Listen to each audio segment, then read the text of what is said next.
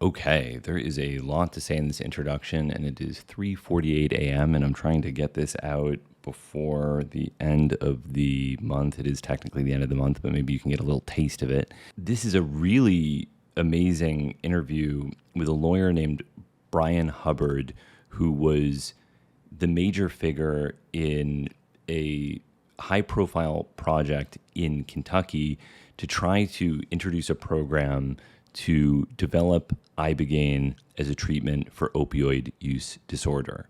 As you might imagine, I think this is a fantastic thing. But as has been the case with many developments in recent years with psychedelics, there has been a surprising amount of opposition, including opposition from Dimitri Mugianis, who has been arguably the face of Ibogaine in the United States. And I see this as a sort of two-part interview.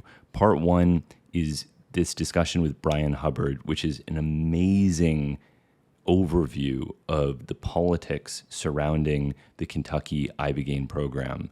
This man is a fucking incredible orator. I saw him speak, and the intensity had everyone in the room totally captivated. And then meeting him afterwards, I thought, wow, this is a guy that is good to have on your side. If there were ever a lawyer who I would want to defend something that I cared about, it would be Bryan Hubbard. And you'll see the way that he answers my questions. It is remarkable. I would not want to be in a debate with this guy. And I actually sent Dimitri a recording of this conversation before I interviewed him. And I think he kind of felt the same way, which is, it's hard to argue with the case that he makes. The arguments that have been bandied about, many of which were published in the Kentucky Courier Journal, the majority of which were not written by people from Kentucky, and the majority of which were written by people associated with symposia, fall into a variety of familiar categories. What if the treatment is too expensive? What if pharmaceutical companies profit off of it? What if it's dangerous? And aren't we neglecting to address holistic dimensions of addiction that go beyond pure pharmacology? All of these objections are valid, but like anything in life, you have to do a sort of cost-benefit analysis and figure out what will help the most people. If the issue is that pharmaceutical companies might profit off of Ibogaine, this interview makes it abundantly clear that they are currently profiting enormously off of opioid maintenance therapies. So if your concern is capitalism and pharmaceutical profit, I don't think attacking an Ibogaine program is a particularly efficacious route. If your concern is that the treatment will be expensive, well, it will be covered by Medicaid if it is approved by the FDA. If the concern is that it's dangerous, well, once again, you have to do a very serious cost-benefit analysis in this situation. One thing that is unquestionably dangerous is opioid use disorder. This is one of the most dangerous disorders you could possibly have. Anyone listening to this would have to agree with me that there is a problem with people who use opioids dying of overdoses, and that even if a therapy is slightly dangerous, if the disorder it's treating is extremely dangerous, it may be worth the risk. And I've seen all kinds of bad arguments. There was a physician named Ryan Marino who tweeted, Ibogaine was studied in earnest, large-scale global trials in the 90s, which were all shut down because so many participants died. Ibogaine is incredibly cardiotoxic and unsafe to use. What if we put that money toward treatments that we already know work, that are still severely underfunded? Well, they're not that underfunded. Hundreds of millions of dollars are being spent on them, and this is a small fraction of that money. This physician's claim that earnest, large-scale global trials were conducted in the 90s is half true. There were studies that were of varying quality. Few of them were done under conditions that would be rigorous enough to meet FDA criteria, people undergoing Ibogaine treatment for opioid use disorder have died. It's a real risk, but dying from opioid overdose is also a real risk. And with appropriate medical care, those risks can be dramatically reduced.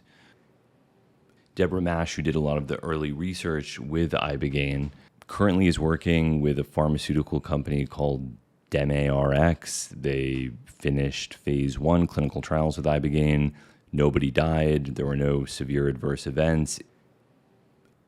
It's a kind of catch-22. You have low-quality studies that are done in a lot of these clinics where people die, and there's all kinds of confounding issues, even evaluating these deaths. You have to do a baseline risk assessment in a patient population that have this very dangerous drug use disorder. Often they're polydrug users. Often they have untreated medical problems. There's a lot of complexity at play.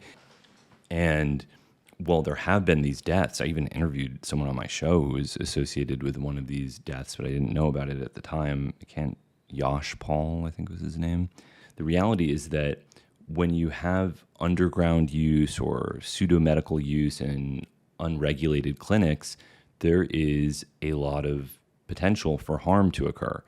Personally, I think that those clinics should be allowed to function as well, but I really think that people should have an alternative that is more regulated. I've met a couple people actually involved in Ibogaine therapy that frightened me because I thought these people are so unstable. These are the last people that I would want to be in charge of my life under the influence of this powerful psychedelic. But this is also a typical pattern in drug treatment where you have people who are previously drug addicts themselves who then become employed at treatment facilities. I don't think there's anything necessarily wrong with that. In fact, I think there are actually major advantages in terms of the empathy that somebody who's gone through the same struggles themselves might have for patients. But I think that a regulated framework is extremely likely to mitigate many of these harms. I think that the basic calculus that needs to be done is this more dangerous than it not existing? And I can't think of any way that this could be more dangerous than what currently exists. So I'm very much in favor of the program that Bryan Hubbard was trying to create. I think this is an amazing conversation, and I'm going to save more analysis of the deaths and the underground therapy for the upcoming conversation with Dimitri Mugianis, which has been recorded. I'm just editing it, and we'll have it out very soon. Enjoy this conversation with the lawyer and one of the architects of the Kentucky Ibogaine Project, Bryan Hubbard.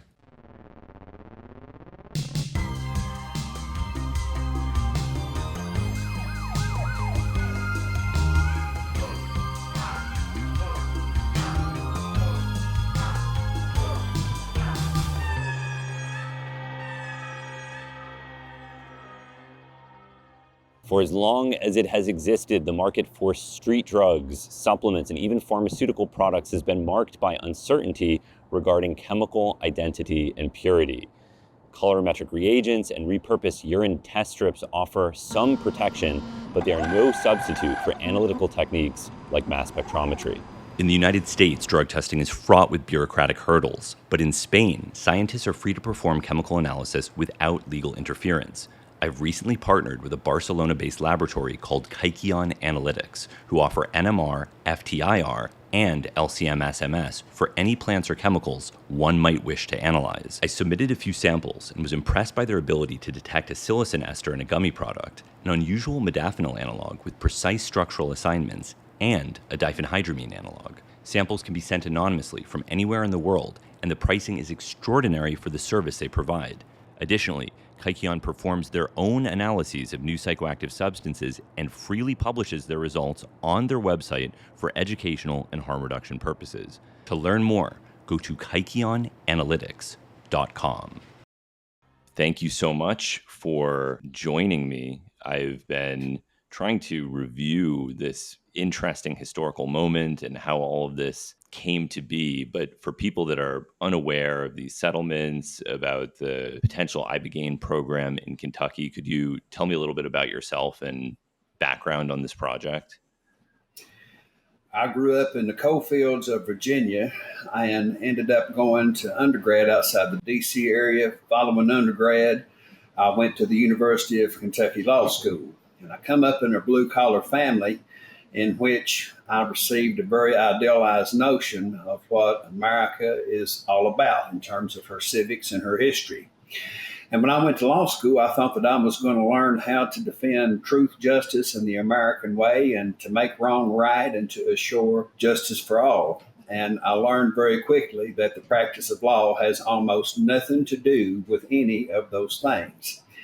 And at the end of my first semester in law school, I had taken on a pretty significant amount of debt to be there, and I saw no real viable choice other than to soldier on to the end and get a job that would allow me to pay those bills.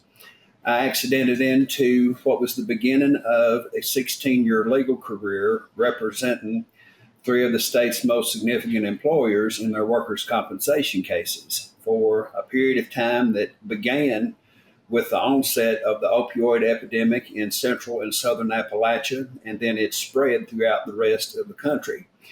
This was a dynamic that I saw play out at a very granular level within my caseload. I saw it play out within Appalachian society when I would travel into eastern Kentucky and when I would return home. It's also something that I saw play out within my family. There was one deposition that I took 100 times, and it was of the same type of individual. This person was usually a 35 to 60-year-old white female, usually from the Appalachian region of Kentucky, who would have spent a significant amount of her adulthood working consistently in very hard, low skill, low wage jobs and other vocations. At some point in time, this person would experience a relatively minor work accident, a slip and fall, or a lifting injury of some kind that usually a person would recover from within 6 months to a year at the outside. And this person would make their way to a lawyer or a doctor, and the lawyers and doctors that would yield these results within the individual were fairly consistent. This person would go to a family physician. They would claim that they were experiencing all these diffuse and debilitating pain symptoms through their body. The family physician would proceed to write prescriptions for a combination of opioids and psychotropic medications that were habituating, things like Xanax, Lexapro, Paxil, and others. And then the individual would make their way to a lawyer. Sometimes the person would go to the lawyer and they would send them to the prescribing physician. In all cases, the individual would receive a significant amount of pharmacology. They would undergo every diagnostic study known to exist to ascertain the source of their pain. Sometimes they would make their way to a very inventive surgeon who would develop a diagnostic rationale to perform a very invasive surgery that usually involved the fusion of this individual's spine. By the time I got to their deposition, if the person was not truly disabled by their work accident, they were disabled by the sort of medical treatment they received, primarily pharmacological treatment, by the time I got to them for a deposition. I would patiently cross-examine this individual. I would have her speak in great detail about her pain symptoms and her debility. And then I would take out medical records related to a variety of diagnostic studies, which demonstrated that there was no objective pathology within the person's anatomy that would explain the nature and extent of her pain complaints. I would go through these records very patiently and methodically. And at the end of the process, the woman would almost inevitably begin to cry. And she would say, "Mr. Hubbard, I don't know what's wrong with me. The only thing that I can tell you is from the time I wake up in the morning until the time I go to bed at night, I hurt from the top of my head to the bottom of my feet. And it's all I can do to make myself get out of bed and make breakfast in the morning."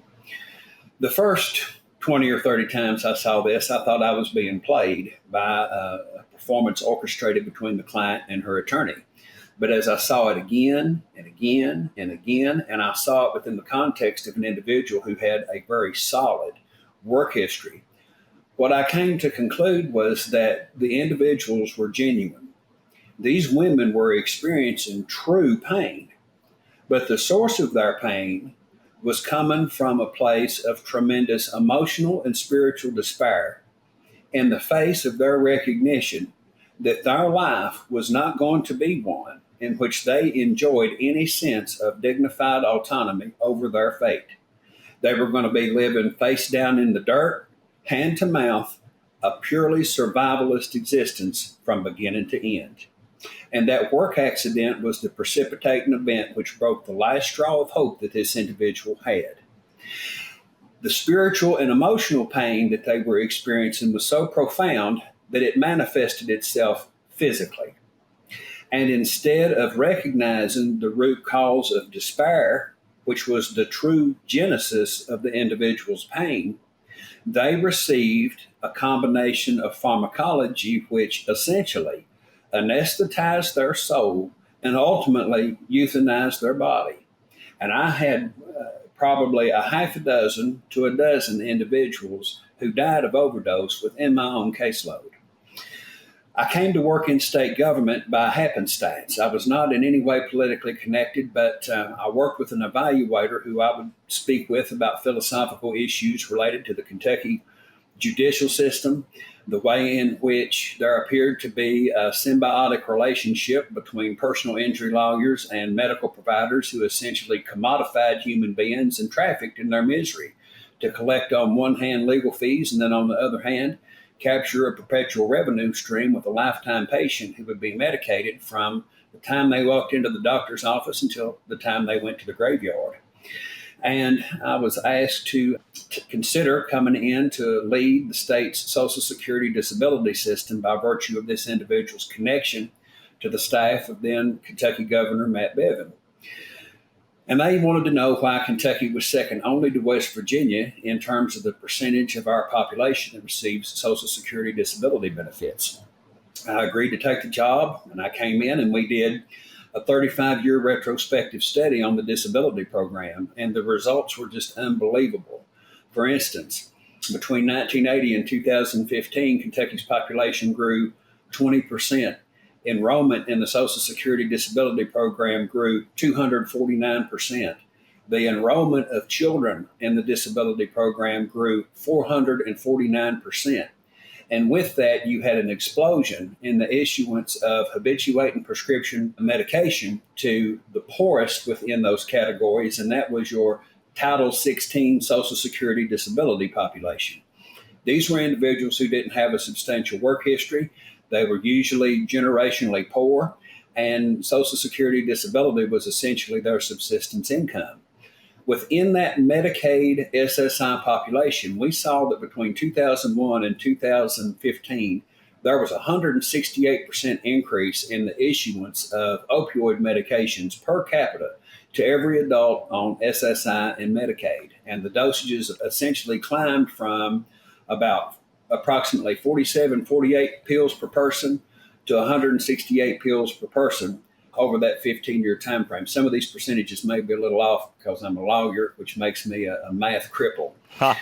The more alarming statistic, candidly, was the issuance of habituating psychotropic medications to children on Medicaid. And these are kids who range from, the ages of 3 to 17. And in the year 2000, there were approximately, for every Medicaid child, 400 doses of habituating psychotropics taken per child per year. By the time we got to the year 2015, that number had climbed to about 640. It's just eye-popping acceleration of opioid prescriptions and habituating psychotropic medications to these populations. So after Governor Bevin lost, I was picked up by then the new Kentucky Attorney General Daniel Cameron, who hired me to first run the Attorney General's Office of Medicaid Fraud and Abuse Control. And this is a law enforcement division that essentially investigates and prosecutes medical providers for committing fraud on the Medicaid system. And one of the largest components of that office's caseload was medically assisted treatment clinics. These are treatment clinics that provide addiction recovery services, and they provide medication for opioid use disorder. Those medications are generically referred to as buprenorphine, which is an opioid that goes by the brand names of Suboxone, Sublocade, and others, and then methadone, which has been around for a long time. And what we saw in our Medicaid caseload was that essentially we had a variety of these medically assisted treatment clinics whereby there were no show physicians who would pre-fill and pre-sign prescriptions, hand them to their nurse. They would prescribe the maximum milligram dosages over the maximum period of time, and every day the nurse would just cycle through a cattle call of individuals lined up out the door to give the prescriptions. And the individuals would go out in the parking lot and barter and sell and trade their Suboxone prescriptions for cash in order to go out and buy the more hardcore substances that were out there. The cash market for Suboxone exists among those who want the safe high without any potential possibility of the pollution that comes with fentanyl. The other thing that I came to learn about Suboxone is that it comes with a withdrawal symptom complex that oftentimes for the person who has received it is far harsher than even what heroin is. So recognizing that a lot of these clinics were essentially glorified drug dealing operations, the issue of buprenorphine diversion became a significant focus of investigative and prosecutorial activity within the office. When the opioid settlements were achieved as part of a multi-state litigation process, Kentucky's share of that $50 billion nationwide settlement was almost $1 billion. And the legislature set up a commission which would receive one half of the money to spend on behalf of the state, with the cities, counties, and towns receiving the other half of that money. The exact figure was to be $842 million. The office came to me and asked if I would be interested in essentially standing up and running the commission and getting it going and getting it functioning. My first response was, this is a very treacherous opportunity. Kentucky and Louisiana kind of compete with each other for which state has the most corrupted political systems, all the way from the top of state level executive branches all the way through their local governance structures. And that's been the case here since the end of the Civil War. And my ask of the office was whether they had the spine to ensure that this money would not be plundered, pilfered, or wasted by the usual vultures who are accustomed to feasting on these dollars when they come through the door, or whether they would allow me to run the commission with the degree of accountability, transparency, and accessibility that it called for. And they assured me that they had the spine, so I took the job. Within the course of my interviews, the question was asked as to what our strategic objective needed to be. I acknowledged the fact that this was one-time money that the state would be receiving, and while $842 million sounds like a lot of money to the regular ear, and indeed it is, when we compare it to the immense scale of the problem, the resource is exceedingly small. And to put that in perspective, Purdue Pharma essentially cleared $1 billion a year on OxyContin sales and did so for over a decade. So what we're talking about that's going to be received by the state of Kentucky over 16 years is essentially just a little shy of 8.5 months of 1 year's sales of OxyContin. So these are meager resources that have to be maximized in terms of their impact. And I said, when you look at our existing treatment models, they deliver unacceptably mediocre results. That is not an outlier opinion. That's an opinion shared by any objective individual who looks at outcome data. It's an opinion that is shared by the leadership of NIDA, by the leadership of the FDA, and by other government regulatory agencies, which see that the measurable impact of what we're doing is not nearly enough to make a material long-term difference over the upward trends of overdose and overdose death, particularly with opioids. And I said that Kentucky needed to look for its Manhattan Project opportunity to take a small percentage of its settlement money to devote toward the creation of a public-private partnership which could essentially facilitate clinical trials with that breakthrough treatment for purposes of improving upon treatment outcomes. And at the time, which was August of 22, I told the office that I didn't know what that Manhattan Project opportunity looked like, but I would start researching and find out. And to get to the bottom of this story, by virtue of just some independent exploration and reaching out and discovering, I came across the word Ibogaine for the very first time in July of 2022. And from there began a very intensive process of putting together a proposal which would have seen Kentucky devote $42 million, which would have been matched by a drug developer on the front end to secure FDA approval for clinical trials with Ibogaine as a breakthrough therapeutic for opioid use disorder. And then for Kentucky's $42 million to pay for clinical trials within the state to get it across the FDA's finish line. And that was a very long, but yet distilled explanation of how I've come to be on your podcast. These days, alternative cannabinoids or altnoids have become increasingly popular. You may have heard about THCP or THCV, but have you heard of THCB? B. The butyl. Over 86% pure THCB isolate. That's impressive. This was just a year or two ago, a trace oddity that people only speculated about. Now we're living in the future. You can get THCB on the internet. If you're listening to this right now, you can just order THCB. What a time to be alive. Can you imagine? You can just order the butyl THCB from CannaClear.com. Use the promo code Hamilton. You gotta cherish these moments while they last, because one day you're gonna wake up and the government is gonna have decided to protect you from THCB. They're gonna step in to save you from THCB. Thank you so much. That was a wonderful explanation that I think did justice to a lot of the complexity. So I've seen different numbers. You said 842 million. I read elsewhere 478 million. What is the disparity between these numbers?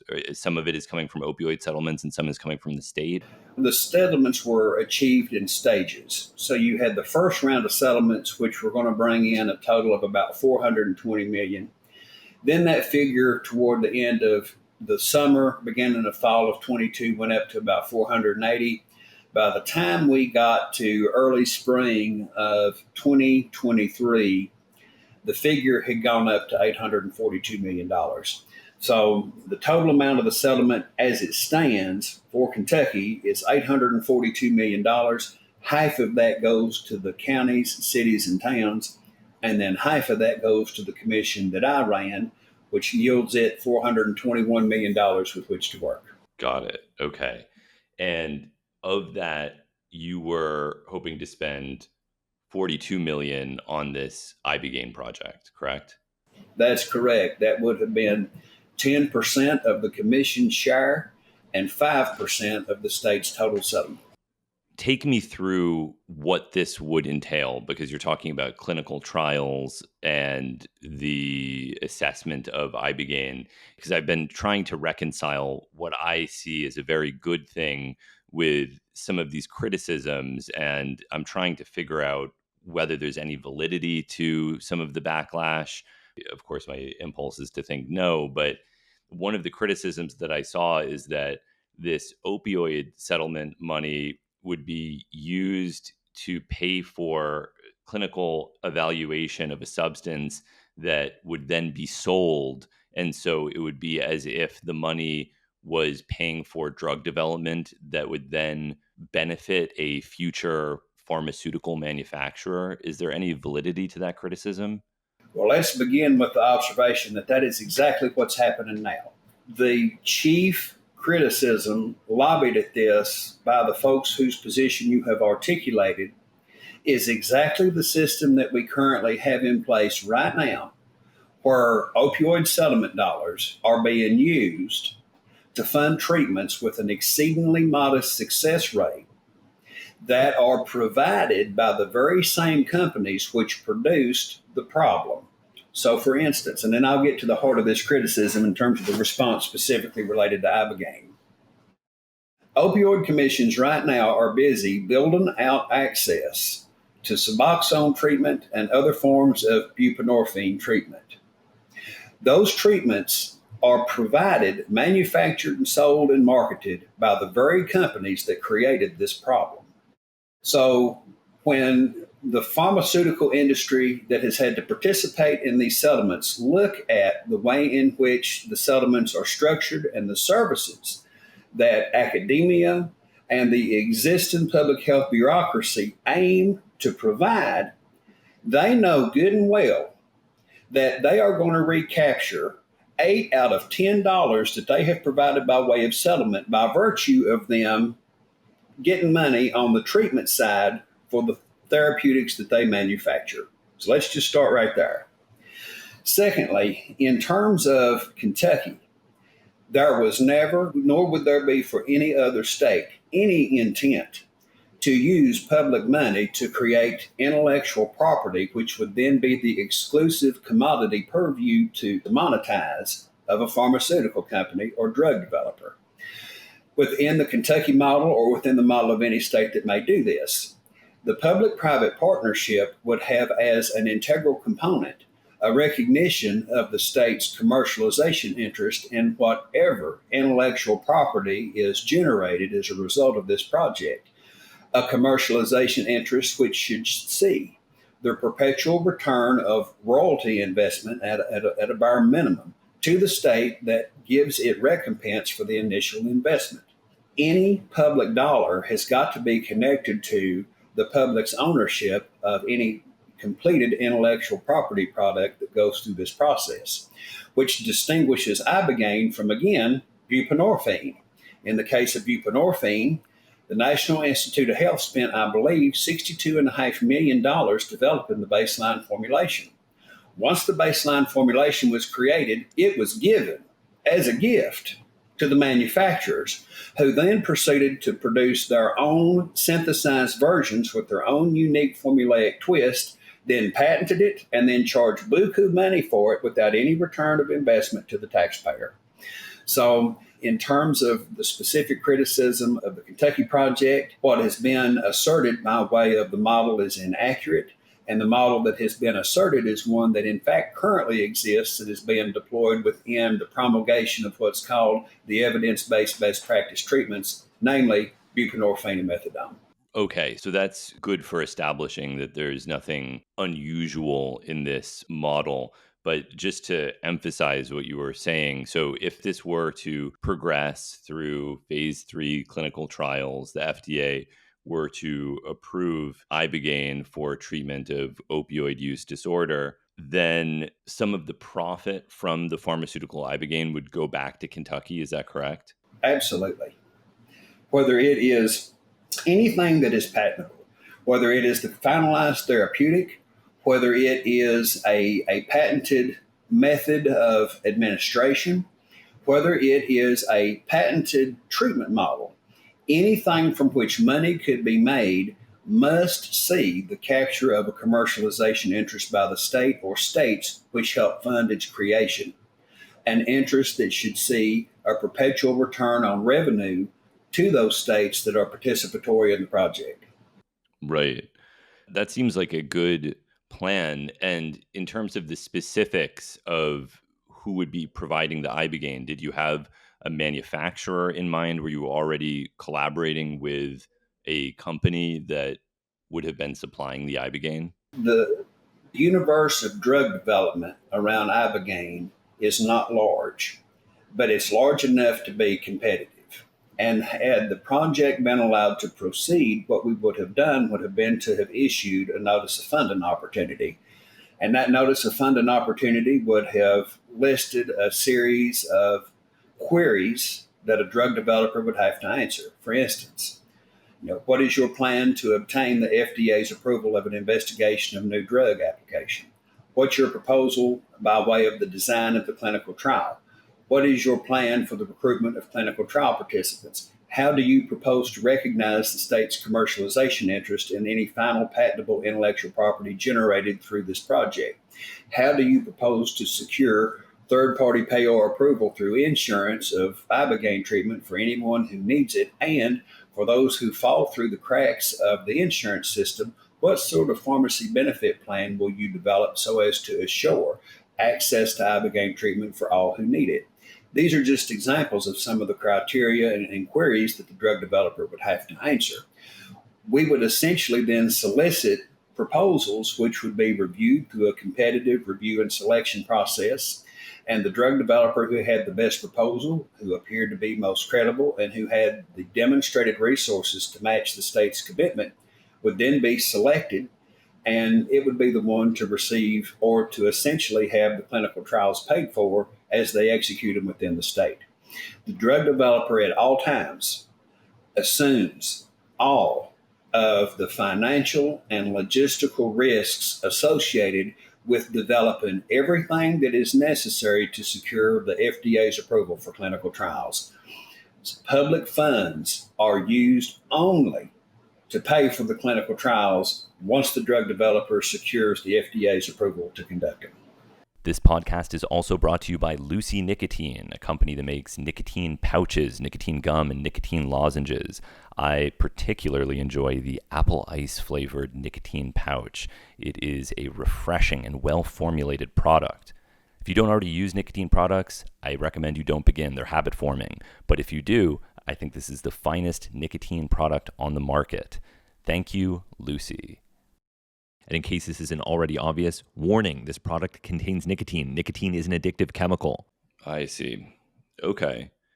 And in terms of the different treatment strategies, historically, there have been many, many things that have been tried, but agonist replacement therapy with buprenorphine or methadone seems to be the only thing that anyone has really seriously pursued. And I understand your criticism that the very same pharmaceutical companies that profited enormously off of the sale of opioids are now selling treatments for addiction to the substances that they made their fortune on. Actually, I won't even go so far as to say that I think it's ironic. I am aware of it as a criticism, but I feel sort of conflicted because I've known many people who have taken buprenorphine, who have been able to stabilize their lives. Are they still dependent on an opioid? Absolutely. Is that ideal? I don't think anybody would say that it is. But the fact remains that these people are not accidentally exposing themselves to an overdose of fentanyl. This does seem to have the ability to stabilize people's lives. So as a treatment, it's certainly not ideal, but I don't fault the manufacturers for selling it because in many instances, it's the only thing that is available. And I appreciate that you were trying to at least evaluate the possibility of something else. And let me back up and say this to you, Hamilton, because I don't want to be misunderstood by your audience.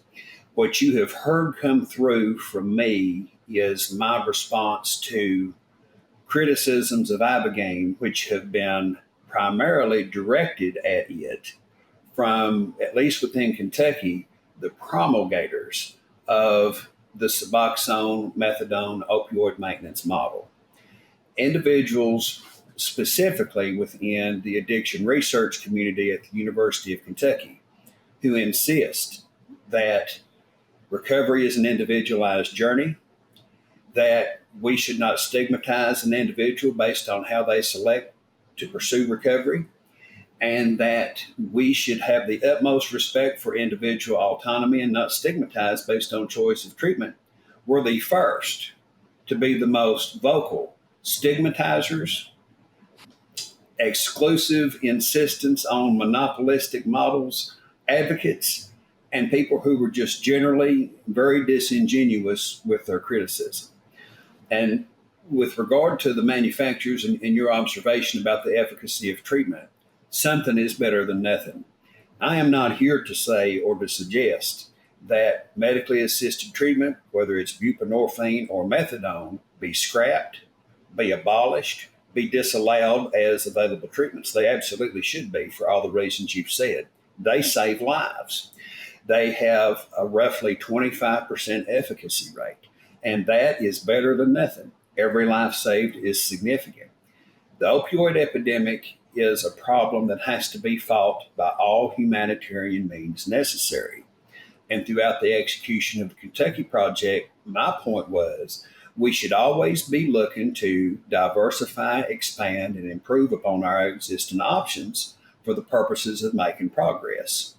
The response to that position from within Kentucky advocates for opioid maintenance treatment was everything we have is plenty adequate and we don't need anything more. Now, that's not borne out by reality, however, it is measured.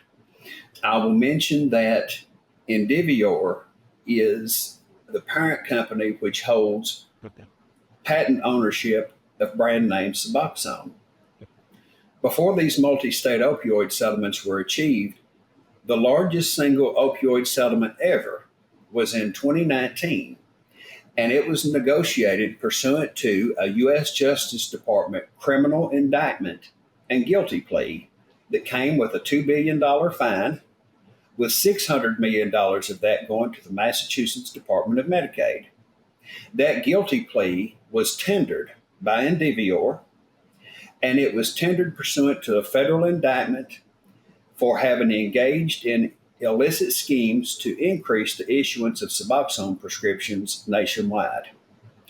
And Indivior paid the federal government $2 billion in connection with that guilty plea, and they paid the $600 million to the Massachusetts Department of Medicaid for making material misrepresentations which understated the risk of Suboxone exposure to children.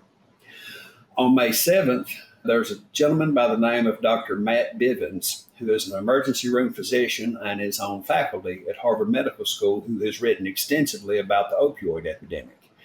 And he wrote a column that talked about the opening of the opioid industry record archives at the University of California in San Francisco, which contains millions of pages of corporate documentation related to all aspects of corporate activity around the opioid epidemic.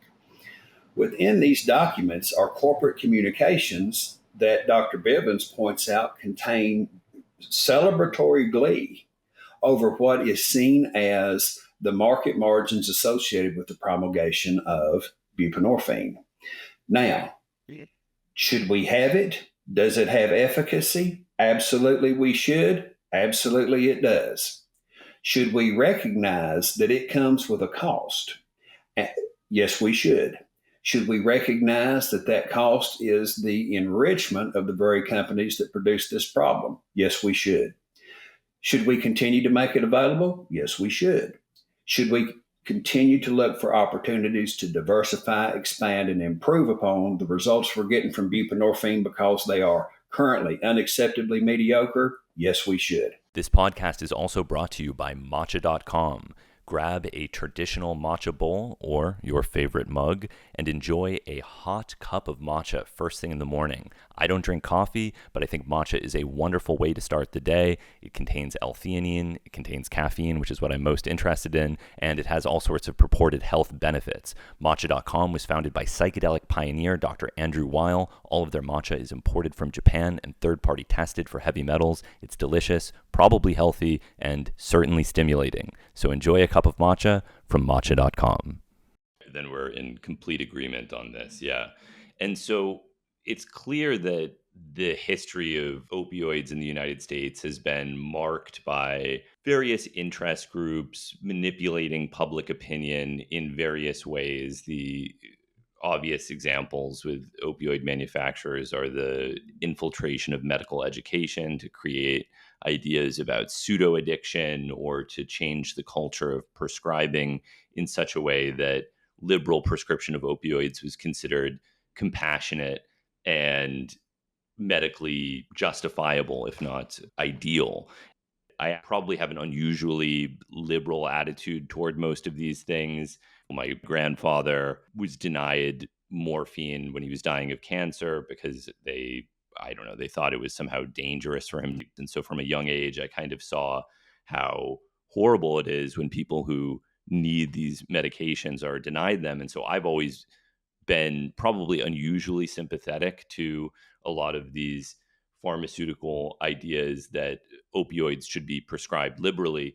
The other reason that I have that perspective is that I think the sort of reductionist idea that all of the problems associated with opioid use are a product of the opioids themselves doesn't acknowledge that there are all sorts of complicated issues, which you touched on at the beginning of the conversation, ranging from lack of appropriate medical intervention, what Medicaid pays for, psychological problems, despair, lack of job opportunity, on and on and on and on and on.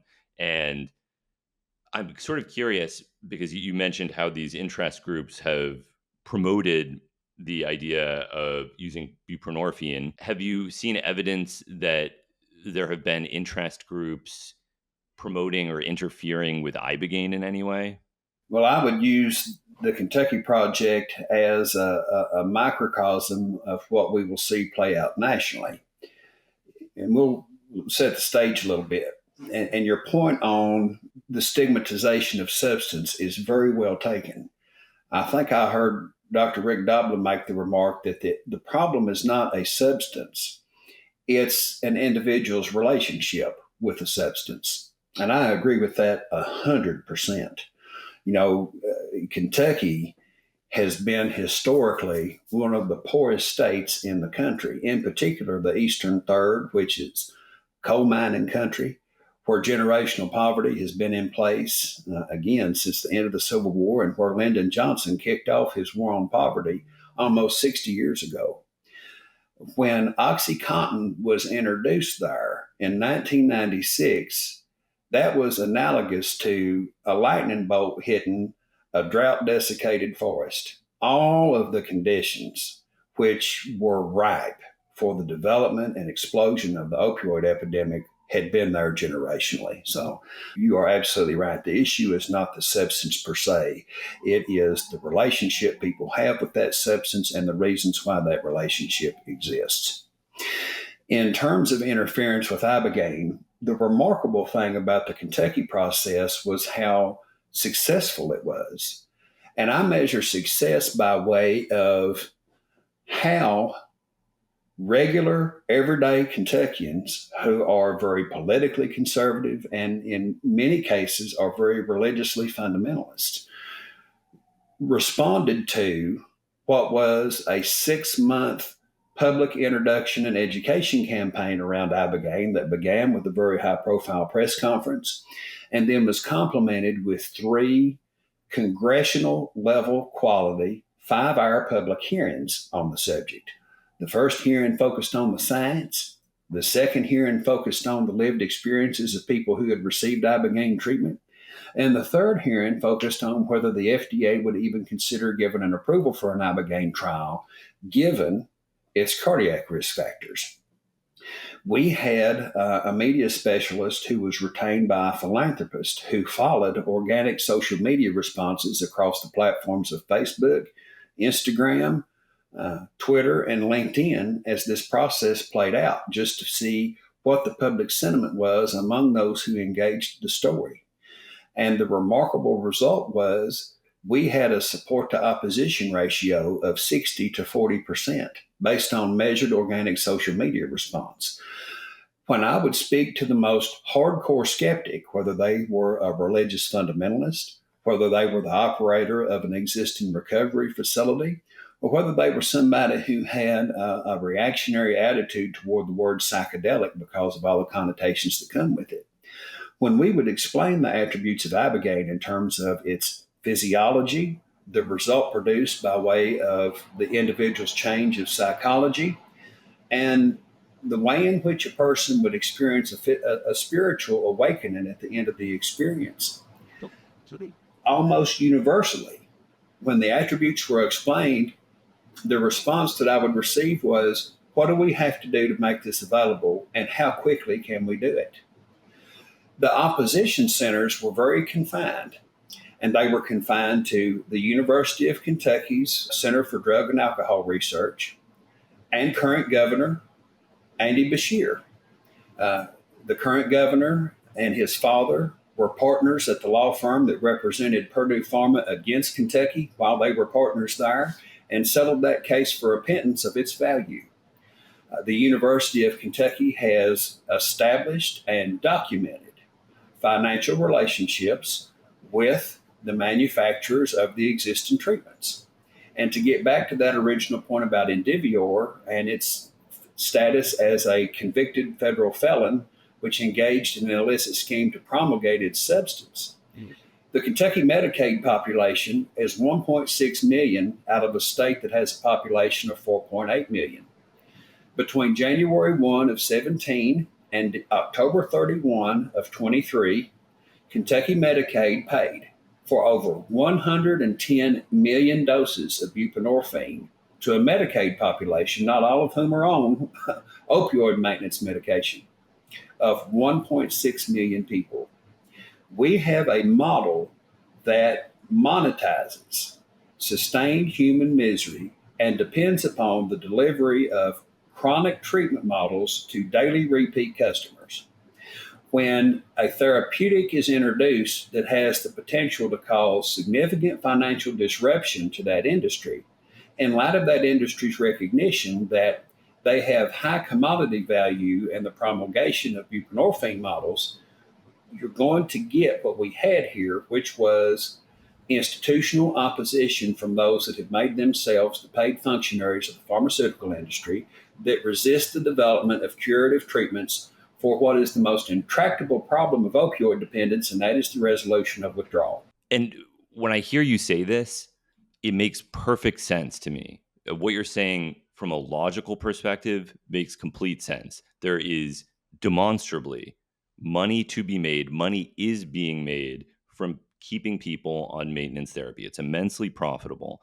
And the possibility of a therapeutic intervention that would disrupt those profits can and should be threatening to the financial interests of anybody who's making money off of maintenance therapy. All of that makes perfect sense to me. And I've been part of the psychedelic research world for my entire adult life. So I've had enough perspective on these developments to see how they've evolved over time. And you may or may not be aware that a very similar argument was being made about psychedelics and antidepressants. The idea being that the big pharma powers that be would never want LSD or psilocybin to be approved as treatments for depression because it would disrupt an analogous maintenance therapy type treatment modality of taking SSRIs daily. It would be a financial threat to the establishment. It makes perfect sense. But what I find interesting is that I have not observed any evidence of that in the realm of depression. There has been enormous amounts of opposition, but the opposition has not come from Pfizer or some major manufacturer of daily oral antidepressants. The opposition has come from within the psychedelic community.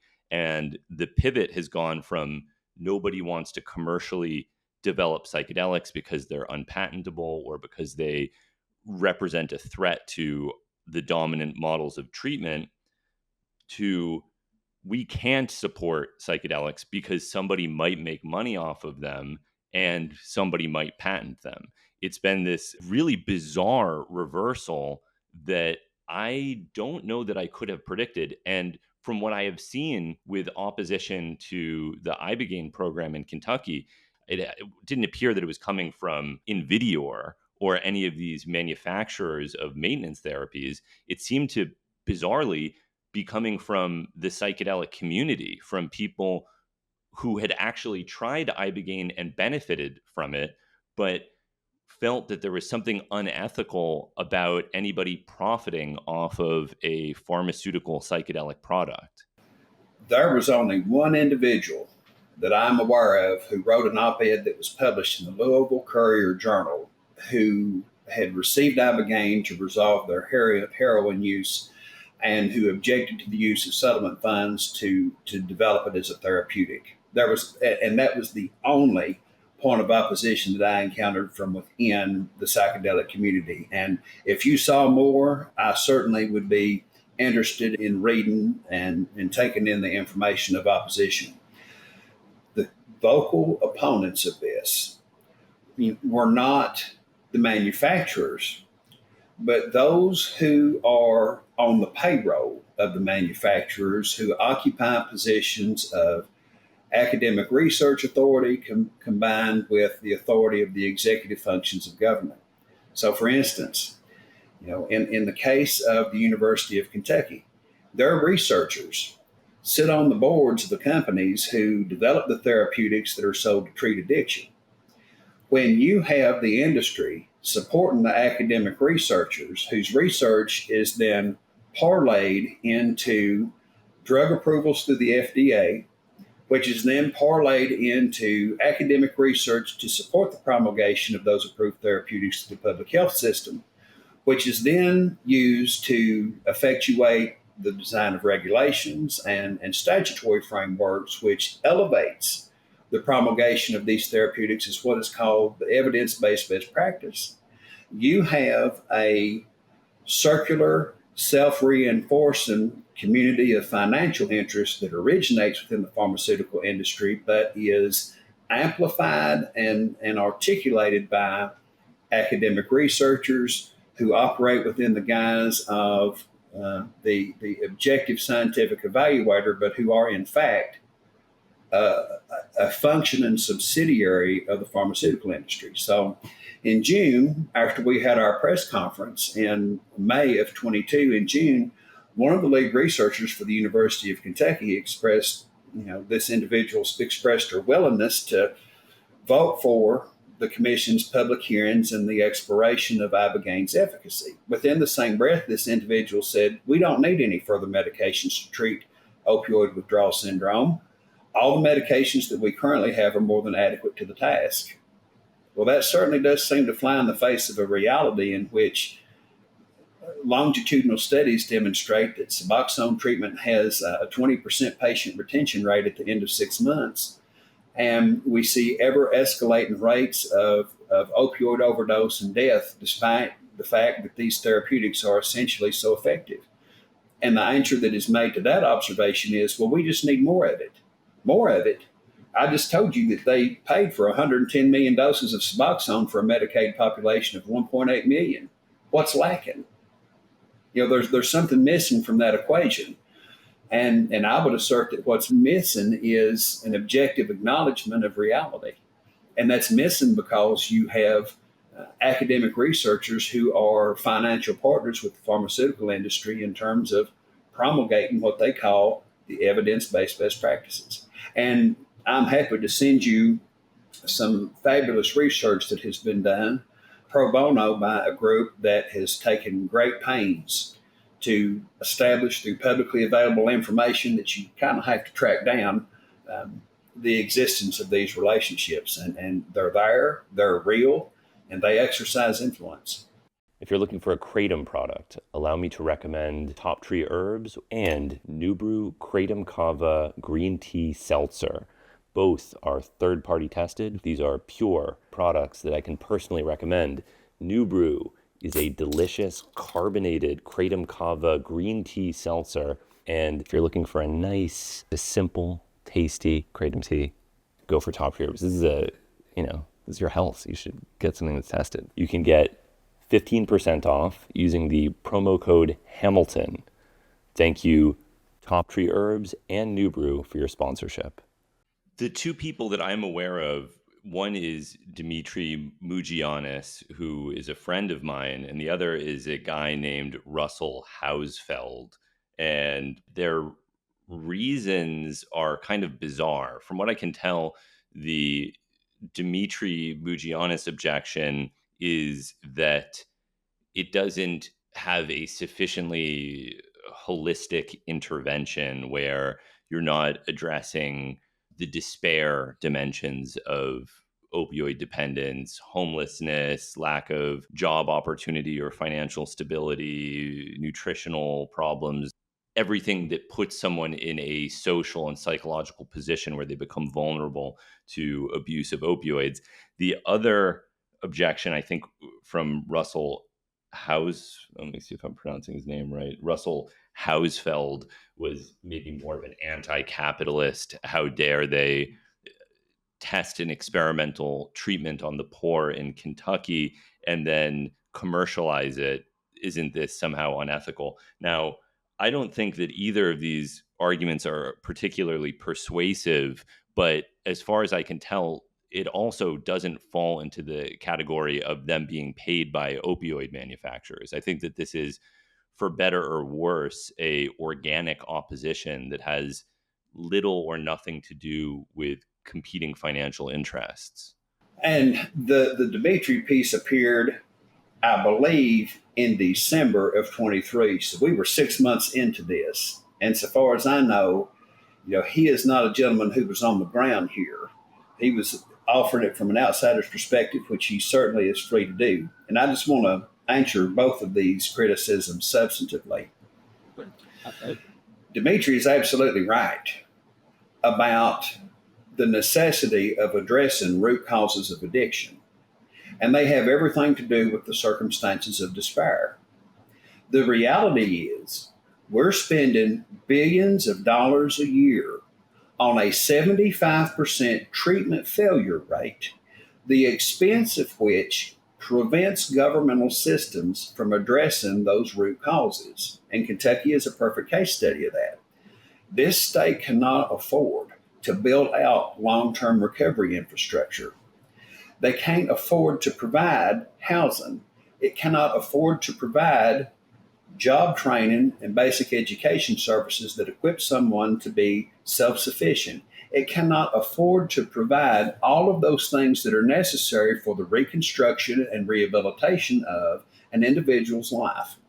And the reason that it can't afford to pay for that is because the acute treatments that we offer fail 80% of the time. They cost roughly $100,000 per person per try. And the average number of attempts someone will go through this treatment system is 5. We're spending $500,000 per person on a 75% failure rate. Now imagine if you could just cut the acute treatment expense in half by resolving the core problem of opioid dependence, which is withdrawal syndrome with Ibogaine, and then you take your savings from a more effective acute treatment and you build out that recovery infrastructure so that you can see someone have an actual chance to build a viable life that ameliorates and overcomes the root causes which produce their addiction to begin with. We're in a vicious cycle where the amount of money we're burning on ineffectual acute treatment prevents the development of infrastructure that allows somebody to have a viable chance to make it. The only way that you can change that paradigm is to develop a more effective acute treatment. And by all estimations, the more effective acute treatment is Ibogaine. When you resolve opioid withdrawal syndrome, when you reverse the neurochemical injury to the brain that is produced by opioid dependence, you give that person the very best physiological opportunity that can be given to pursue long-term linear recovery that can be clear and coherent and free of the impacts of withdrawal.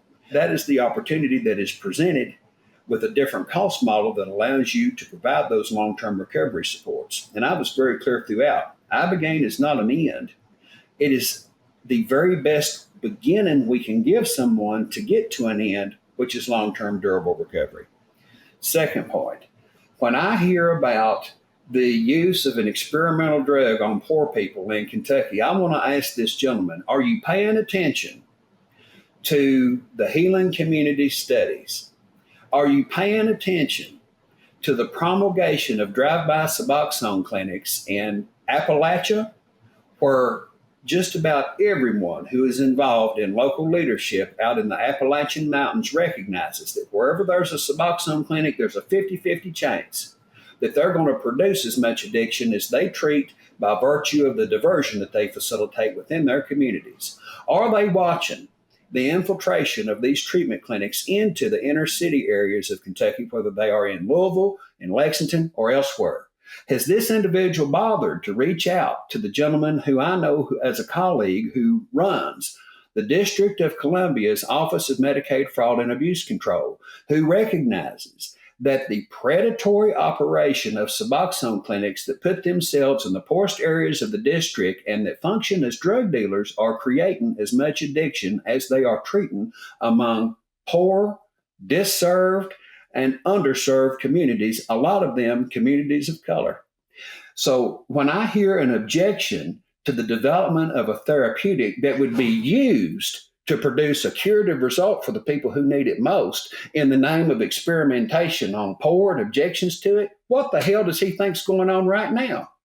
You have glorified opioid drug dealing that is occurring in the name of treatment on these very people he claims to care about. He needs to study the issue. He also needs to go back and look at a waiver that the Biden administration executed in December of 21 at Indivior and its colleagues' request, which essentially relaxed the prescribing requirements for buprenorphine in terms of the credentials of the individuals who get to prescribe it. So no longer do you have to be an addiction physician to prescribe. You can be a physician assistant. You can be a nurse practitioner.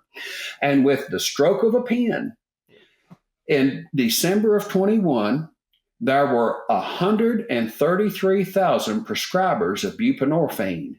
Today, by virtue of that regulatory waiver, there are 2 million.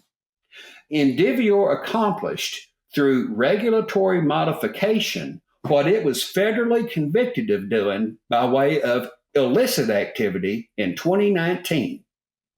With all due respect to the latter gentleman, he needs to go and do his homework, and he needs to take a look at the Opioid Industry Record Archive at the University of California of San Francisco so he can recognize that the very business model that produced this problem is being replicated in the name of producing its ostensible evidence-based best practices treatment.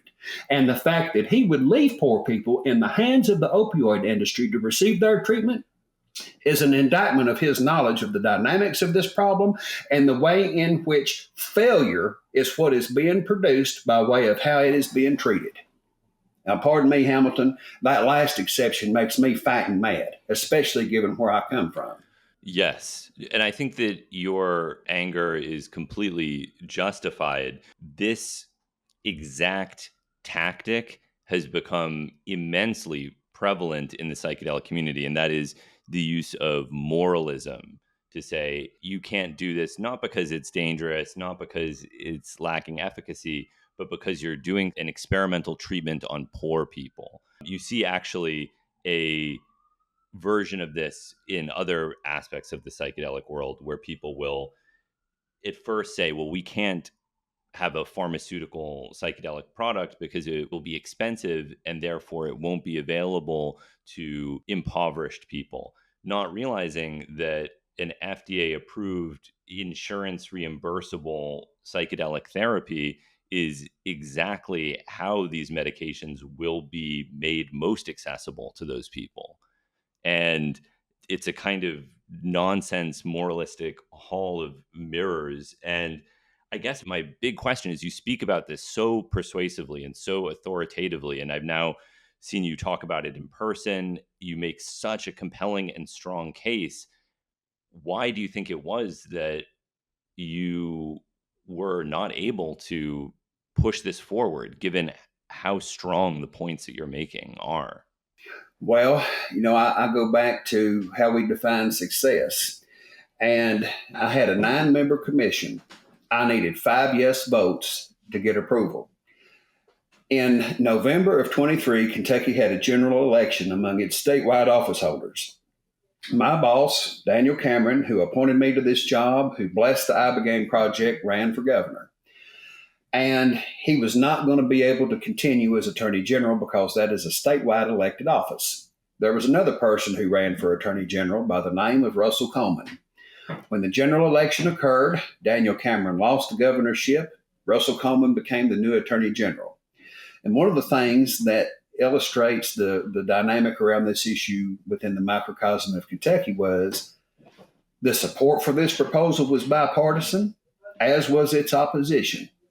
We had the support of Republican Attorney General Daniel Cameron. We had the support of a former Democrat governor candidate here, a guy who had held a 2 terms in office as the Kentucky Attorney General. He was a 5-term congressman, a legacy Kentucky Democrat, fully in support of this project, is the head of the state's largest philanthropy called a Foundation for a Healthy Kentucky. His name is Ben Chandler, and he was heroic in the middle of a general election campaign as a prominent legacy Democrat to come out in support of this. The opposition was bipartisan, and that opposition consisted of Democrat Kentucky Governor Andy Beshear and what came to be the newly elected Republican Attorney General Russell Coleman. Our last piece of due diligence from the commission's perspective before we took a vote was to recall Dr. Nolan Williams and to have him come and personally appear for testimony about his study with veterans in Mexico, which was published in Nature Medicine, and to testify about the profound effects on individuals affected by TBI and PTSD, as well as what is recognized as just an unbelievably dramatic neuroregenerative effect that Ibogaine has on the human brain. We were going to have Nolan come in and testify once the Nature Medicine study was published, and following that testimony, we were going to take a vote, and that vote was going to be successful. Because I serve at the pleasure of the Attorney General, at all times, whether this project was going to go forward was going to be dependent on the newly elected guy, Russell Coleman. Well, on December the 8th, I received a letter from him on his transition team's letterhead asking that I not take any further action on the project until such time as he and his administration could be briefed. I replied within the day and said I was happy to not take any further action. I wanted to make sure that they could be fully briefed and recognize the significant opportunity this was presenting to Kentucky, because at this point, not only did we have a successful commission vote lined up and on the table, but we had significant philanthropic commitments from what I would consider very convicted philanthropists who have had the opioid epidemic impact their families, who can see and who know that what we're doing is not good enough, and that we've got to look to break the cycle that we see playing out in America at a generationally compounded scale. Instead of giving me that opportunity to provide that briefing, 1 week later, on December the 15th, I was summoned to a meeting that I can only describe as an ambush that was orchestrated by Russell Coleman and members of his transition team, in which he flatly stated his total objection to the way in which I had been an advocate for Ibogaine, his objection to the notion that any sort of project such as that I had been proposing belonged in the Attorney General's office, along with the demand that I give my resignation before he take office on January 2nd. So there was no conversation, there was no briefing, there was no effort to learn and to understand everything that had come around this project, nor the substance of the 15 hours of the testimony that was taken. And that unwillingness to even have a conversation, as well as the ambush nature of the meeting, to me revealed the malice with which this project had been terminated by virtue of the demand for my resignation. I came to learn shortly thereafter that, contrary to public assertions by Russell Coleman, that he was open to this project in the fall of 23, that in fact he had been engaged in a very strategic and consistent whispering campaign against it going back as early as July of 23. So everything that he talked about in public during the election campaign in terms of his open-mindedness was fictitious. He was never open-minded about it. He was hostile throughout. And unfortunately, because of the duplicitous nature of his communication with me, I was among the last to find out in that December 15th meeting. I'll make a couple of other observations about Russell Coleman. This is a guy who came into the power structure within Kentucky through the Mitch McConnell system of matriculation. This guy has been a McConnellite for as long as he has had lust for power in his heart. Throughout the campaign, when he would give speeches, he would say, without irony or any sense of humor, that his boyhood hero is J. Edgar Hoover. So when you combine the fact that this guy has sniffed around the throne of Mitch McConnell for years and has as his boyhood hero J. Edgar Hoover, the fact that this project was terminated with animus in retrospect comes as no big surprise. Then when we pair that with what we can understand to be at least some of his benefactors within the opioid maintenance industry, and the fact that he counted as a significant part of his campaign contributions companies represented by the law firm of which he was a part that stand to lose from an Ibogaine treatment, then an explanation for the project's termination becomes clear. It didn't have anything to do with a lack of public support because it was there. It was there to the tune of 60-40. It didn't fail because of a lack of support within the commission. That was there, and that vote was going to be successful. And I had told Russell Coleman before he took office that that vote was going to be successful. It happened because you had a political actor with a malevolent attitude toward a competitor to those interests that he came to represent that stand in opposition to the well-being of his people, taking an axe to it. And that's the bottom line. So that sounds like a really strong piece of evidence for what you're describing, in that there are opioid interests coloring this debate. This is not a debate purely about efficacy, but not knowing too much about Russell Coleman, I am aware that he sued Kroger for their involvement in the opioid crisis. It does seem as if he has an anti-opioid stance. So could you tell me a little bit more about what sorts of conflicts of interest he might have, or why he in particular might not want Ibogaine therapy to move forward? Well, let's begin with the fact that there are multiple companies, whether they are manufacturers or distributors, that are the target of multi-state litigation.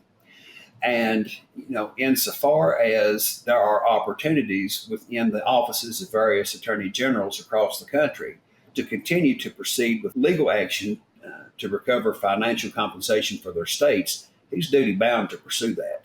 When I was in the office, the Kroger case was under active evaluation, and it was one that was part of one of those multi-state efforts. So as Attorney General, this guy's not just going to sit on his hands and let money flow under the bridge while other states go and pursue collection. While he's representing the state of Kentucky against Kroger, he represented Walmart against the state of Kentucky while he was a partner at Frost Brown Todd, representing clients in litigation matters related to the Office of Attorney General. And I believe Kentucky settled with Walmart for $52 million sometime in May of 23. And at that point, Russell Coleman was the presumptive nominee of the Republican Party for the office of Attorney General because he faced no opposition in the primary. He subsequently, I believe he withdrew from the case right before the settlement was finalized. But based on actuarial assessments of Walmart's liability, that settlement was for roughly one half of what its value should have been. So, just as this guy talked about his open-mindedness to Ibogaine while also orchestrating a whispering campaign against it, he's demonstrated himself as a very duplicitous actor who will take both sides of a singular issue and push that side that is to his greatest immediate strategic advantage. Based on my personal individualized interactions with him, this guy is a thoroughly disingenuous opportunist. And whatever it is he's doing is in response to what he perceives as the most immediately beneficial strategic advantage. Okay, that makes sense. And so, with this settlement money still existing substantially, I imagine, right? I don't know how much of the 842 million remains unspent. Is there hope to come back and try again with Ibogaine? Is there something that can be done? What is your next step? Oh, in March, he made very clear. He declared Ibogaine to be a Schedule 1 substance, talked about its danger. There will never be a viable Ibogaine research and development project in Kentucky. He set aside what's called a $5 million innovation fund. That's not a fund that is meaningful enough to bring any therapeutic to market that would compete with the existing model. It is window dressing. It's a performative symbolic exercise that is designed to deflect what he recognized as significant backlash among the community of interest that followed this in response to an outright termination. So there's a token symbolic response to deflect criticism, but there is no meaningful prospect for the sort of Ibogaine research and development project that would have yielded an FDA-approved therapeutic in Kentucky. There is elsewhere, And those are opportunities that I continue to speak with state leaders about in both Ohio and a handful of other states that are interested in doing this. And I am hopeful that over the coming year, one or more will step out to take what the Kentucky framework was and make it reality. And I think a lot of people listening to this, because this is a podcast where a lot of people who are interested in psychedelic science and drug policy reform, I think a lot of people are in a position where they recognize the value of these substances, but they don't know how they can help. They don't know what they can do. Is there anything that the community could have done while you were in the midst of this battle that could have made things easier? Is there a way that people can help your efforts? Well, there's three ways to win a political conflict. One is with money, and the other side has that. The other is with the masses. But in order for the masses to be activated, they have to be introduced and educated as to the possibilities before them for progress and those actors which aim to stand in the way of and to thwart progress. And then you have a combination of the two, where you use money to introduce and to educate, motivate, and galvanize the masses. If I were going to make a request to the community, it's that they just be consistently involved through their venues of influence to make their faces and voices heard to elected leadership that needs to be properly motivated to do the right thing. This effort is going to require a mass movement of organized individuals who are diligent and consistent about demanding that we improve a system that produces a 75% failure rate and that has seen overdose deaths climb from approximately 20,000 15 or so years ago to what is now an annualized death rate of 100,000, despite an exponential deployment of public resources to promulgate therapeutics that fail 75% of the time. There has got to be a broad based, consistent public demand that our elected leaders and our governmental systems do better and deliver better than what we have, and to get out of the way of progress when the opportunity for progress makes itself apparent. I believe if there had been, a consistent, vocalized mass of individuals who were making their presence known throughout the Kentucky Project in a way that would get the attention of opportunistic politicians, if the consequences of those masses and their votes were deemed to outweigh the influence of contributors, we would have been successful. Now, that's a tall climb, and that requires a lot of effort. And we executed that project over what was essentially a 6-month time frame. So that probably was expecting a little much. Daniel Cameron is an individual of tremendous authenticity and sincerity. And I came to learn that his successor did not quite measure up on either one of those attributes by virtue of how he conducted himself with this project. And the only way that you can check bad leadership is to hold it accountable with proper information and an engaged citizenry that is willing to put intentions into action. Yes, I agree. And my concern in all of this is that people are so easily manipulated and their energy is so easily wasted or directed toward the wrong goals. I mean, I've followed coverage of the opioid epidemic very closely since it began, and the amount of bloodlust oriented at the Sacklers has been really alarming to me. And I, of course, understand why somebody might hate Richard Sackler, but hatred of the Sackler family doesn't bring back the dead. It doesn't save the people who are struggling with addiction currently. And even after the media was completely saturated with coverage and documentaries and books about the terrible crimes of the Sackler family, the number of opioid overdoses continued to rise. And the traditional argument that everyone had been manipulated, that nobody knew that oxycodone was addictive, simply couldn't hold anymore. It was a sort of absurd idea that I don't think was ever true to begin with. This idea that nobody knew. I think people knew very well. I think patients knew. I think physicians knew. And I definitely think the manufacturers knew. So the issue isn't that nobody knew that opioids are addictive.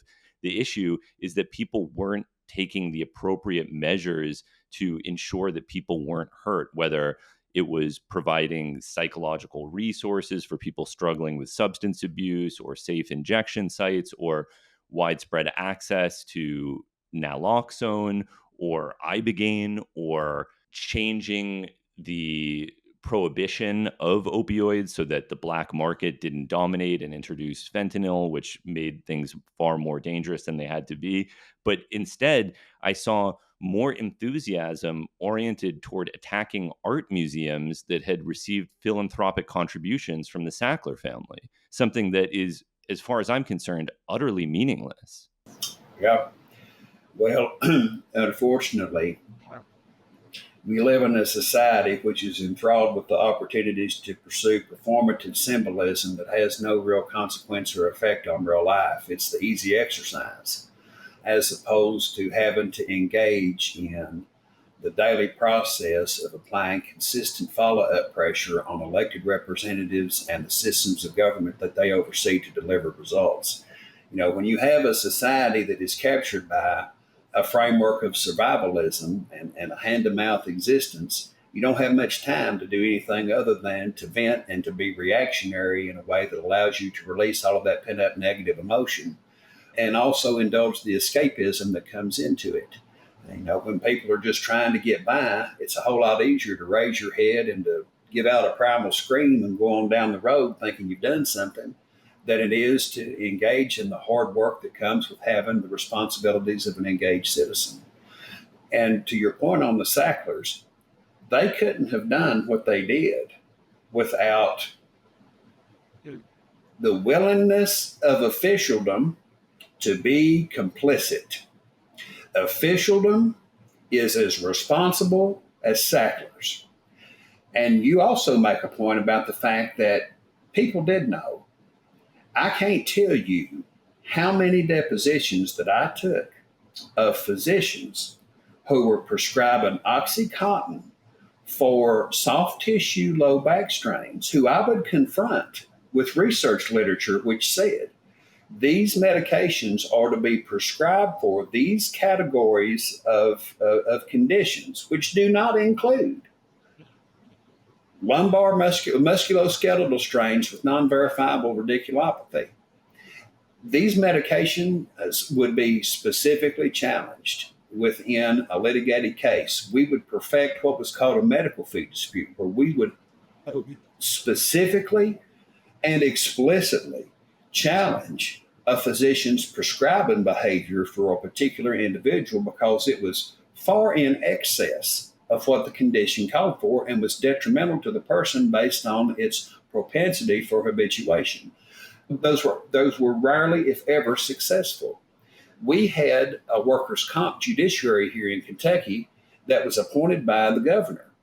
And the governor took their appointment advice from the plaintiff's lawyers. When I could go in and look at a docket, see who the lawyer was and who the judge was, and know what the outcome was going to be on the cases, regardless of what the evidence was, you're not dealing with a legal system. You're dealing with a system of patronage and graft and corruption. And these systems existed in Kentucky and they existed throughout the country. And they helped facilitate every bit of this that happened. The Sacklers may have invented a chemical formulation that was tremendously addictive, but it depended on a multifaceted distribution system that included government, that included the judicial system, that included the medical system, which ensured that it got pumped in to everywhere there was a human being in this country. And their success would not have been possible without the participation of those actors. Yes. Yes, I agree completely. The other criticism that I have with Dimitri's perspective that using Ibogaine as a treatment doesn't address the holistic dimensions of opioid dependence is that I kind of think that as far as pharmacotherapies go, it's pretty damn good for that. I mean, this is not a drug that simply interferes with opioid withdrawal and that's it. The psychedelic dimensions of the Ibogaine experience are widely reported to exert a far reaching benefit for users in terms of helping them assess their own motivations for using substances, helping them assess the circumstances of their life that led them to be in this particular position. I mean, I've used Iboga in a traditional ceremony in Gabon. I am not dependent on opioids, nor have I ever been, but it was incredibly clear to me that this experience exerts a far reaching therapeutic effect in terms of helping people reconceptualize their own life and how they're living it. The preliminary evidence for efficacy is pretty strong, but what's really important not to ignore is that this does change people beyond just their relationship with opioids. And that's one reason that it has this long tradition in Gabon. Traditionally, no one in Gabon was using Iboga as a treatment for opioids. That actually has emerged in recent years because tramadol has been introduced to Central West Africa.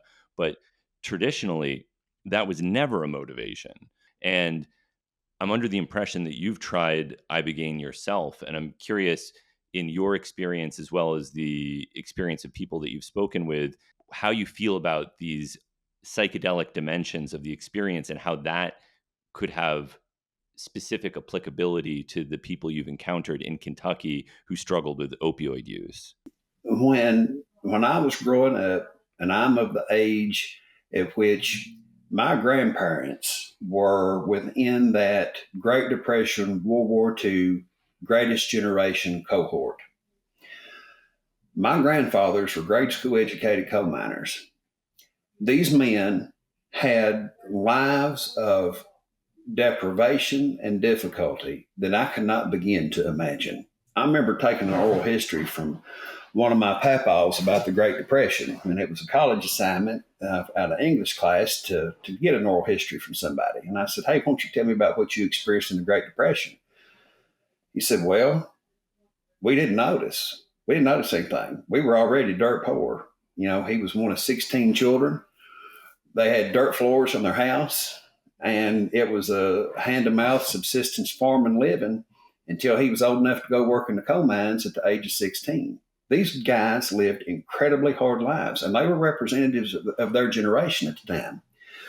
I can remember being a young boy and going to the grocery store with my grandparents or going to the church or just going out into the community. Neither one of my papaws had a full set of fingers. You could hear my dad breathe 50 foot across the room from the way in which he had developed black lung and from the lingering effects of tuberculosis that he had contracted in a coal camp, which sent him to a sanatorium for 7 years, almost died. These men, though broken in body, had tremendously beautiful, hopeful souls within those bodies. And they were not alone. Appalachian society at the time I was a boy was filled with people who had lived lives of tremendous material and physical deprivation and hardship. And they might have been stooped over pushing a shopping cart down the aisle in their back, but they held their head high, their eyes were clear, and they exuded a spirit of thankfulness and optimism just by virtue of being alive. When I go back home today, I see people who have had, though relatively speaking, a still impoverished existence, an existence that has been far better and far easier from both a material and physical perspective than that which was experienced by their grandparents.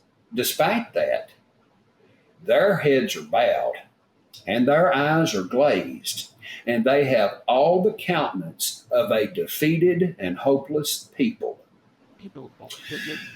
When I think about Ibogaine's properties, I think about the physiology, which reverses the neurochemical brain injury caused by opioid dependence, which shuts down the brain's ability to create dopamine and serotonin, an ability that it does not begin to recover until 18 months of complete abstinence from opioid consumption. Yeah.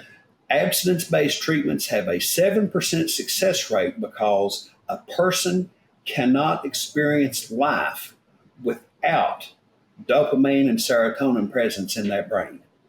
The fact that Ibogaine can restore the brain to its pre opioid exposure condition within 36 to 48 hours, mercifully cutting off a year and a half of suffering, is miraculous. When we combine that with the psychology which is endorsed by individuals who have been captive to compulsion, whether it's the compulsion of opioids, meth, or any other behaviors that have been damaging to them and those around them, they come away endorsing a restoration of personal autonomy, freedom, and choice over their decisions that they had never experienced before, whereby they get to have a life where they own their destiny as opposed to being captive to compulsive behaviors which drive them toward destruction. And then we finally get into the spiritual realm, which to me is the most significant part of what Ibogaine has to offer. Humans are spiritual creatures.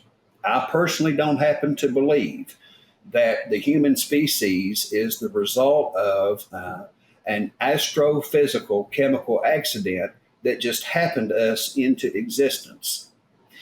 The human experience is singular and precious.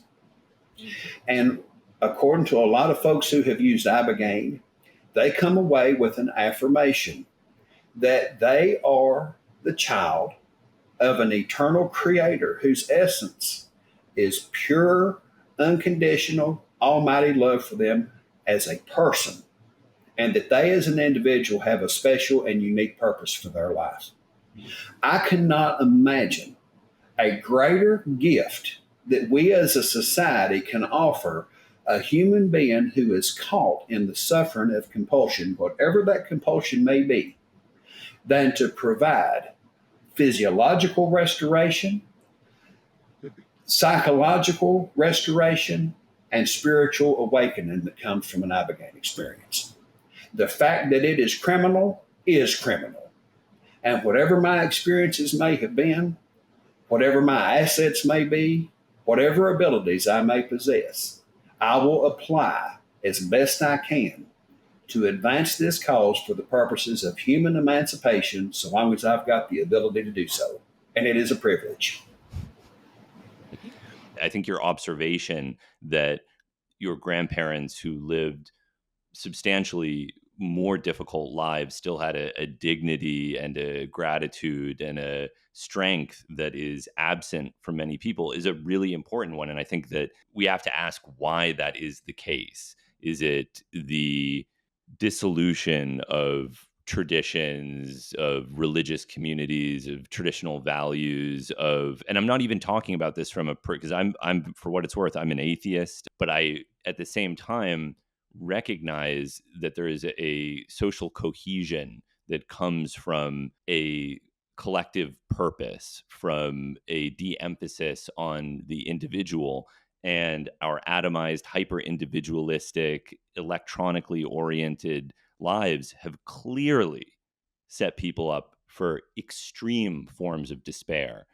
There's no question that whether it's the influence of looking at people who are wealthier or more beautiful on social media, or the lack of human connection that comes from this sort of continuous electronic involvement that we have with one another, all of these factors are working in concert to make people very unhappy. And the social dimensions required to undo a lot of this are, I won't say impossible, but it's a tall order.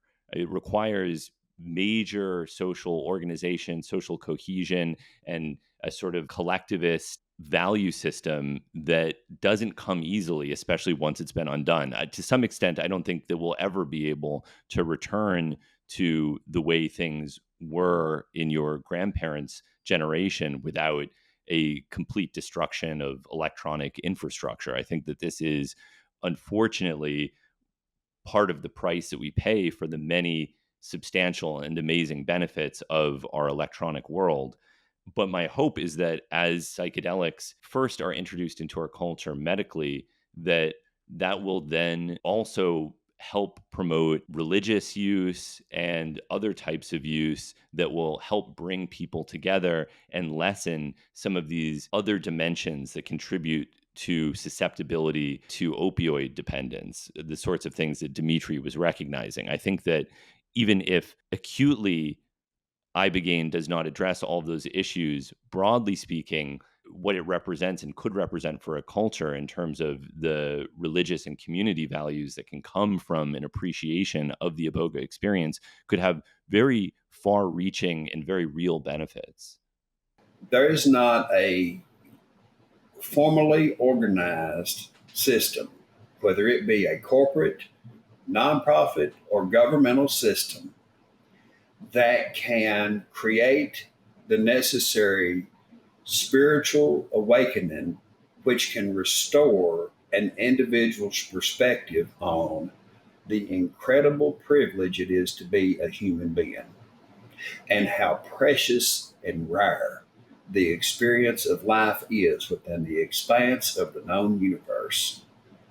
Psychedelics seem to have the unique ability to generate a profound spiritual recognition within an individual, which causes them, first and foremost, to value who they are and the worth of the time that they have on this earth in a way which, when broadly applied, can help recreate a degree of connectedness and cohesion that we currently have because of how we have been despiritualized by technology and other rationalist systems of Western society which fail to recognize the spiritual dimensions of life. Until we have that spiritual awakening, we are doomed to see the disparate dynamics play out in multifaceted ways, as we're witnessing right now in an American society that has, for all of its material wealth and technological advancement, evolved into an incredibly dehumanizing entity that does not seem to connect individuals to their spiritual essence. Yeah, I mean, you make such strong points that I think that you will succeed. And I really appreciate your conviction because I do think that at the absolute least, this is worth trying. At the very least. The alternative is to take all the money and resources we have and continue to dump them on what we know doesn't work. There is no, I saw a quote, it's within one of the PowerPoint presentations I used internally within the office, and I saw it again this week. I'm going to paraphrase it. And it's an Einstein quote that I'm sure many of your listeners have heard before. And it is, we cannot solve problems with the same mindset that we used when they were created. That's it paraphrased. That's not it exactly. But that's the truth. To insist that we don't make an effort to take a small risk to create innovation, to improve a system that is a demonstrable failure, despite its consumption of an unbelievable degree of public resources, while its failures sow the seeds of additional generational despair that will play out at compounding scale over time, is the very definition of insanity. We cannot continue to simply be satisfied with what we have, double down on the appropriation of resources to expand it, and watch it continue to fail while its failures have significant destructive repercussions for everyone affected by those individual failures. We have an obligation to do everything that we can to make progress toward the alleviation of human suffering.